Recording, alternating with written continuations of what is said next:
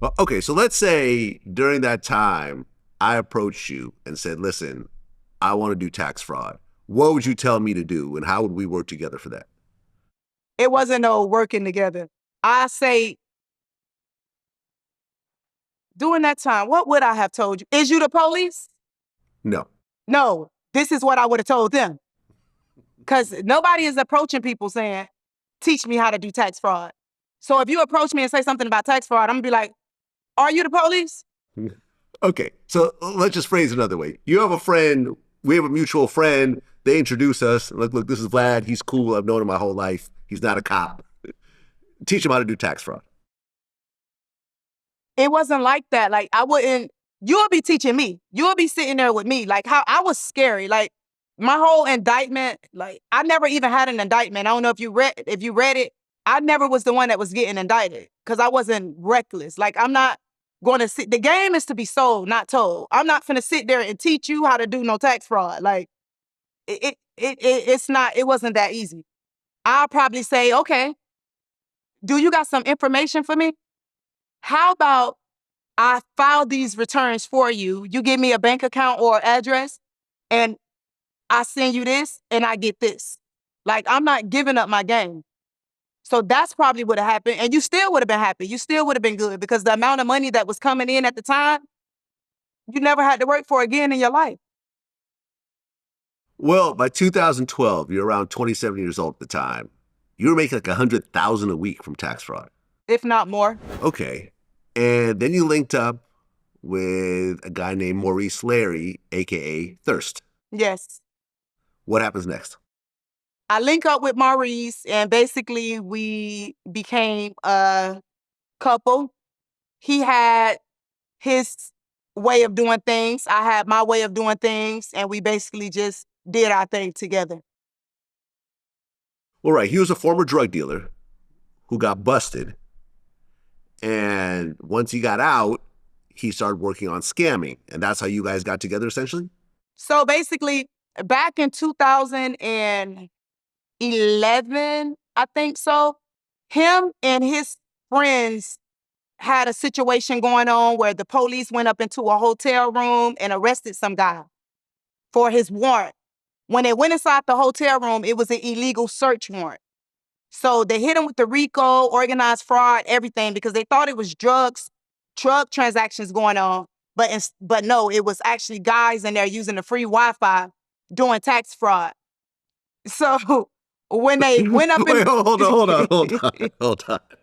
They were doing tax fraud in yes. a hotel room because it was free Wi-Fi. Hell yeah, you want the Wi-Fi traced back to your house? Okay, I see what you're saying. You All know right, what I'm I saying? see where this is And going. then we Got it. got Okay. like they probably I don't know what they had, but I'm sure it was probably like 10 laptops going at one time using the who Okay. you know. So Oh, they basically went up in a hotel room. It was an illegal search warrant. The case got dismissed. The case got dismissed, and here go me. Now I'm with Maurice, and the feds done picked up the case, and they're watching him. They watching him. I'm riding around in a 550 Benz. I got an X5. I got a Lexus truck. I got all these foreign cars, and I'm with this guy that's doing taxes. So they don't know about the First Lady Entertainment. Just a red flag go off.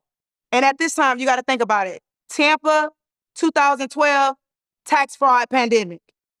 You got 16-year-olds riding around in 645 drop top BMWs. They're getting $9,000 back off each name. And that's just what happened. Me and Maurice, we did our thing together, apart, and we became co-defendants. well, one of the schemes you guys did was you would go on ancestry.com and you would get the names of people that died within a month and you would file tax returns on their names. Right. Because I guess what, they didn't register that they had died yet with the Yes. government and How smart is okay. that? It's interesting. It's really It's smart. interesting. You don't got to pay Yeah. nobody, none of the money. You just pick up the computer, type the information in, and put it in, and the money is coming back. So why is we the ones that, okay, never mind. That would be a stupid question, but I'm just saying, it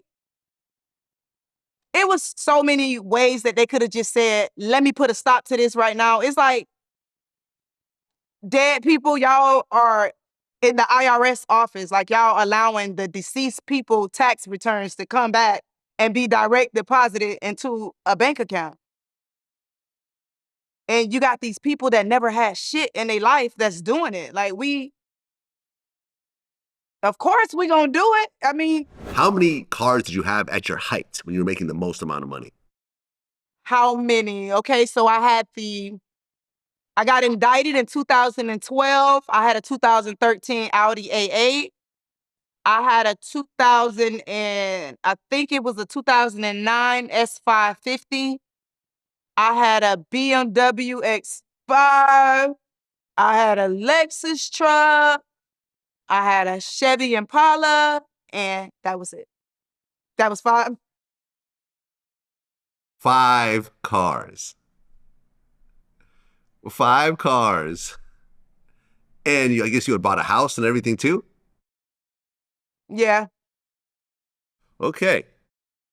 I mean, people say when you started making illegal money, don't be flashy, don't get on the feds radar. And look, this is coming from I someone know where it is who hung going. out. I hung out with BMF during their heyday. I got to see BMF billboards and go like, what the hell are y'all doing right now? Right. I got to see the absolute worst of this type of flashiness. And I'm looking around going like, okay, everyone's going to go to jail over this. Like this is so insane. And that's ultimately what happened. Are you worried at this point that you are so flashy that the feds are going to come, knocking any minute? No.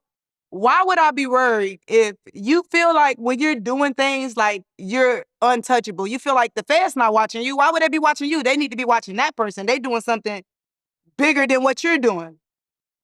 I didn't feel like the feds was watching me because I thought I had my organization under wraps. I had my First Lady Entertainment and I was doing legal things. But unfortunately, of course, I was doing illegal things.